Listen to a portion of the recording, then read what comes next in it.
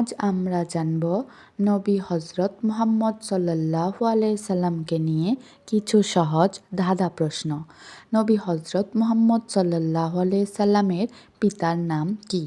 Abdullah, Abu Talib, Hashim, Abdul Muttalib. Video শেষে আমি সঠিক উত্তর বলে যাব। নবী হজরত মুহাম্মদ সাল্লাল্লাহু আলাইহি সাল্লামের মায়ের নাম কি? আমিনা, খাদিজা, হালিমা নাকি সাউদা? নবী হজরত মুহাম্মদ সাল্লাল্লাহু আলাইহি সাল্লাম কোন বছর জন্মগ্রহণ করেন? 570 খ্রিস্টাব্দে, 568 খ্রিস্টাব্দে, 572 খ্রিস্টাব্দে, 575 খ্রিস্টাব্দে। নবী হজরত মুহাম্মদ সাল্লাল্লাহু আলাইহি সাল্লাম কোন বয়সে নবুয়ত প্রাপ্ত হন? 35 বছর, 40 বছর, 45 বছর, 50 বছর। তুমি কয়টা প্রশ্নের সঠিক উত্তর দিতে পেরেছ? অবশ্যই কমেন্টে লিখবে।